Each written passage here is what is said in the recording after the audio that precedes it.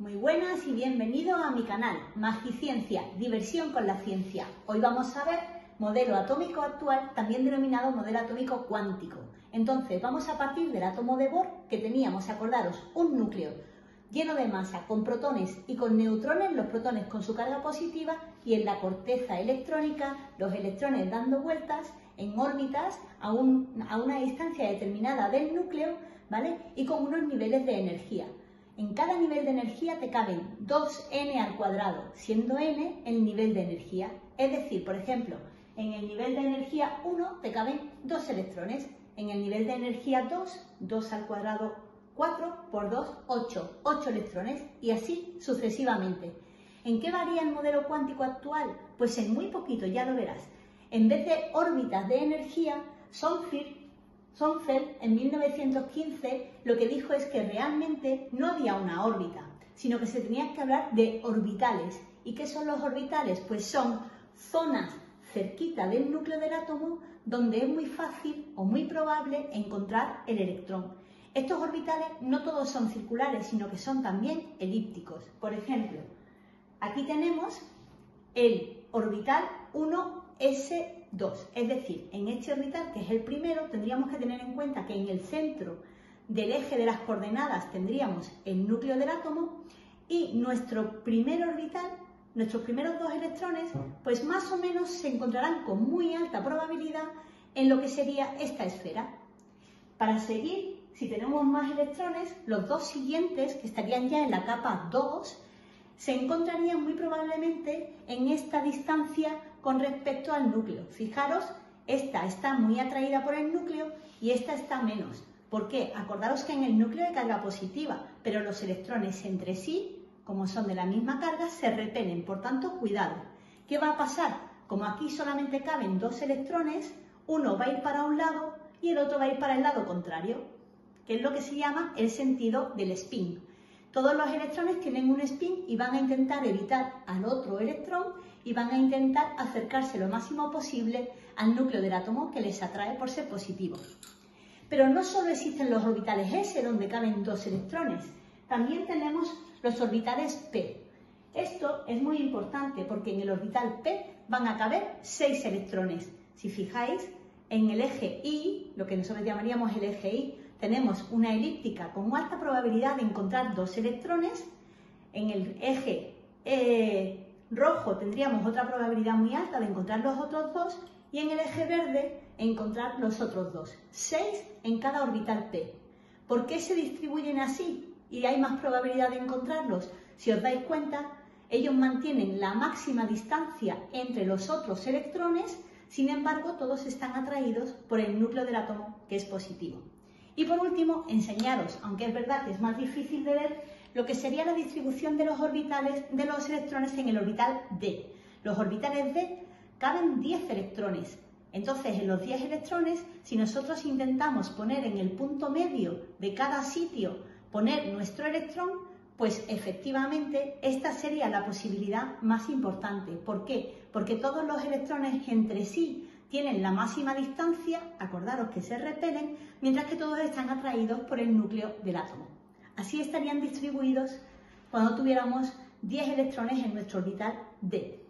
¿Por qué eso es importante? Fijaros, porque lo que descubrió Sommerfeld es que en la configuración electrónica, es decir, en el orden con el que van llenando las capas, los niveles de energía, los átomos, pues se descubre que en un nivel, en el primer nivel, solamente hay un nivel, pero a partir del primero existen subniveles y cada subnivel va a tener una energía. Por tanto, es muy importante saber que cada nivel tiene n subniveles y que existen 4 tipos de orbitales diferentes. El S, en el que nos van a caber 2 electrones. El P, en el que nos van a caber 6. El D, nos caben 10. Y en el F, 14.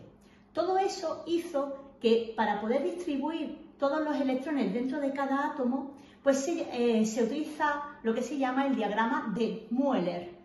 Mueller, que es otro científico muy importante, fue el que descubrió que todos los elementos tienen la misma distribución en sus orbitales. Esto es lo que se llama el diagrama de Mueller y así se van a distribuir. Es decir, Si mi producto, mi elemento tiene, pues imaginaros, 6 electrones, yo voy a empezar metiendo 2 en el nivel 1s.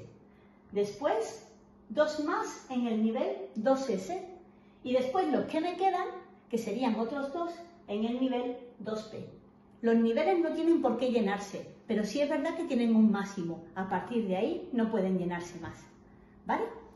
Entonces, mira el blog si quieres más ejercicios, pero antes te voy a dar un truco, que va a ser un ejemplo. Fíjate. Cuando a nosotros nos dan un elemento, por ejemplo el calcio, nos dan su número atómico. El número atómico, 20, es el número de protones. Y el número másico son los protones y los neutrones, la suma.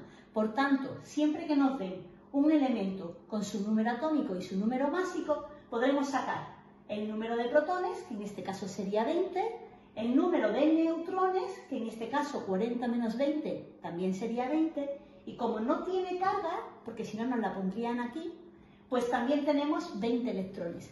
Vamos a ver entonces cómo se distribuyen esos 20 electrones dentro de la corteza del átomo. Pues lo hacemos mediante su configuración electrónica. Tenemos 20 electrones, por tanto, empezamos en el diagrama de Müller en orden 1s2, 2 electrones primero.